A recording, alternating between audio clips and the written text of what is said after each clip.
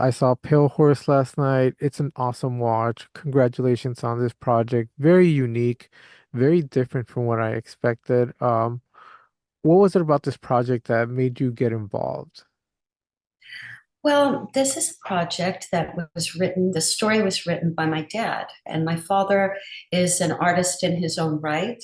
And so I think that uh, I think it was his ability to relate to an artist's desire to promote and to grow his art. And so in the story, we have an artist who will stop at nothing to create great art.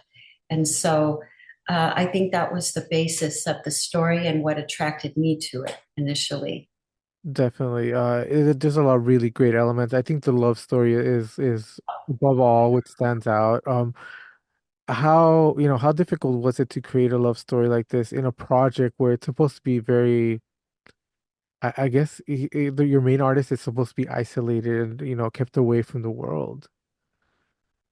Well, this is an unusual love story, but one that I think maybe some could relate to. Here you have a girl, Eve, who is drawn to a world that she really shouldn't be involved in.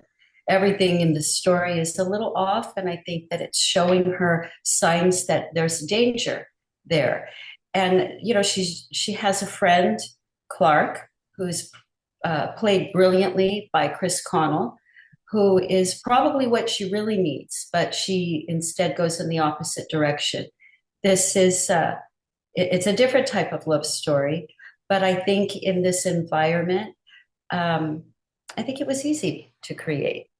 Actually, it's a relatable story. I think to some people to be drawn to elements that maybe are a little forbidden. Definitely. And you're talking a little bit about the cast. How were you able to find such a cast since you are a casting director as well?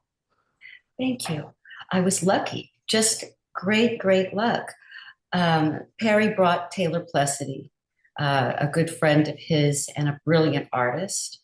I brought Parrish Dingham, who was a performer here in Los Angeles for a long while before we met, and a natural, just a natural. And we were just very fortunate to have Eileen Dietz, uh, is a legendary actress in a million movies that are brilliant. So just luck, and Perry Teo. Awesome.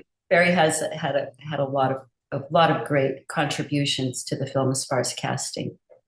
Uh, with the casting, once again, like your two main characters have such a great chemistry. They seem very attracted to each other right off the bat.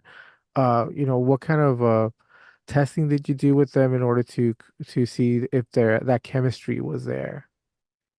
Just having them interact with one another, read with one another. I work with Perry quite a bit. He worked with the actors more so than myself, but just spending time with them. And for myself, it was really watching Perry's process and how he was working with our actors. But that's really what he did. Just got comfortable with them and allowed them to get comfortable with one another. And we had such a brilliant cast that I think they were right at home in front of the camera from the very start. So I was just so lucky in that way.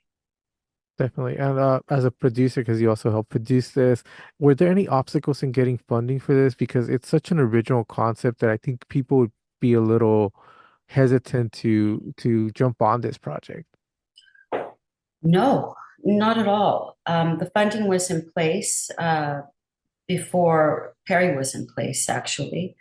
I think the story, being having been so unique, made it easy to attract someone that would really believe in it. And our partner investors are patrons of art in every way. And so I really think that they liked that this was a project that was more, we feel more an art piece even than a film in some ways. And so it was actually quite easy for us to do. I was definitely caught attracted to the art. It caught me. I really centered on it because I really loved it. Where did this art come from? Was it made specifically for the movie, or was it something that you guys found that you guys wanted to include? Thank you. Actually, this art was created by an artist by the name of Rick Frayne, who worked very closely with Perry. Each piece was created specifically for this film and guided by Perry. Actually, Perry and Rick collaborated very closely to create every art piece for this film. And so, yes, Rick Frayne is the brilliant artist behind all of these gallery art pieces. Awesome. And getting the art for this, was this a project that you guys wanted to sell this art afterwards? Is this art up for sale? Where is there somewhere where like somebody like me can go and purchase either the art piece or a print of it? The prints, yes, the prints will come available. The paintings are, for the most part, hanging in my home. Oh. I might be able to be talked out of a few of them, maybe. Maybe. So it's safe to say that you enjoyed the art as you enjoyed prominently displaying this on film, right? Yes, very, very much. Which Uh, one were some of your favorite pieces? Pardon? Which one were your favorite pieces? Frida, Frida. definitely Frida. Yeah, that's a beautiful big portrait. It's looked beautiful. Back to the film. Were you expecting it to be this dark, this I guess impactful, this just visceral piece that like you said is a work of art on its own? Yes, knowing Perry as I do, as I did, I expected it to be dark. I expected it to be very much um, enchanted with magic through and through, and I expected it to have his signature style. So yes, that was something that actually I looked forward to very much.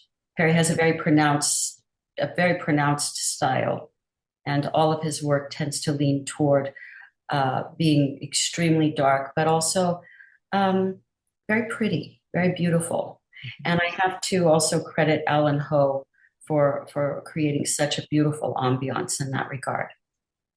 Very Definitely. pretty film. And to add to that ambiance, your cinematographer did fantastic. The pull away shots are beautiful. The way everything is lined up in on frame is incredible. Who is the cinematographer, and how were you able to find somebody who went along with Perry's consciousness so well? Thank you. That would be Alan Ho. And Alan's working on a project he's shooting today. But may I share with you and your viewers a blurb that he sent to me this morning pertaining to our chat here and this project, if I may. Uh, this is Alan. We shot on a red Epic with vintage Koa anamorphic lenses. Perry gave me a lot of creative freedom with the imagery, and the story lends itself to a lot of surrealist elements. So we wanted to give it a very stylistic look. With anamorphic, you have distinct characteristics that lend character to the image and gives the film an otherworldly quality, which it certainly has. I choose very distinct and strong colors throughout the film to emphasize the surrealist and horror elements. The art direction and costumes were incredible. Thank you, Alan, and bold. And so I wanted to reflect that in the lighting, and he certainly did. Alan and Perry were just a dream team. And I was so lucky. As a matter of fact, we barely even needed the color grading. It was so beautiful. He did such a brilliant job. To me, he and Perry together created scenes that look like a Caravaggio painting or something beautiful. So he was brilliant, and I very much hope to have an opportunity to work with Alan again. Definitely. And this film was shot in LA, which is not something that a lot of films do. How was it shooting in LA, and why did you choose to, have it here in LA? Well, that was what Perry and I chose. Um, it As far as how it was a challenge, especially the some of the gallery scenes that we did in the heart of Hollywood. We were filming at a beautiful location just off of Hollywood and uh, Cahuenga, beautiful place. But it was a challenge sound wise, a lot of sirens and helicopters and things. So that was a little difficult. We had, I think, 6, 7 locations, and they were spread out from the valley to here to Dream Factory in Orange County. So it was a little ambitious. We were a little spread out, but that made it kind of exciting and fun and lends to having a lot of different types of scenes and textures in the film, I think. So it was challenging, but fun. And how do you feel now that the story is out there and people are being able to watch it? Are you satisfied with the final project? I'm proud. I am. I am very much. It was a beautiful film and so much fun to make.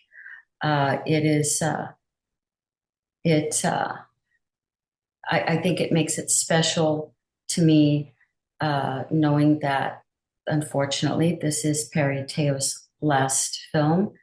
And so, to have it received so well, to hear people saying nice things about the film and nice things about him, it's an honor beyond words. I'm so proud of the work that these actors did.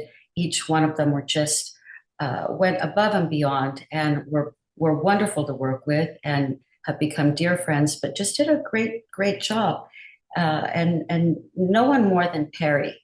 Uh, a brilliant filmmaker and just gone too soon, really. So but I'm proud.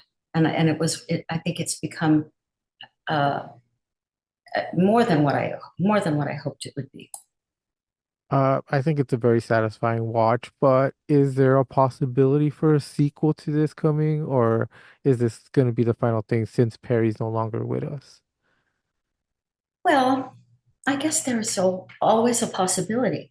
We have myself and my partner.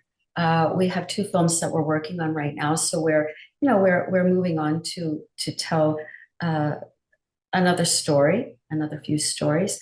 But there's always a possibility.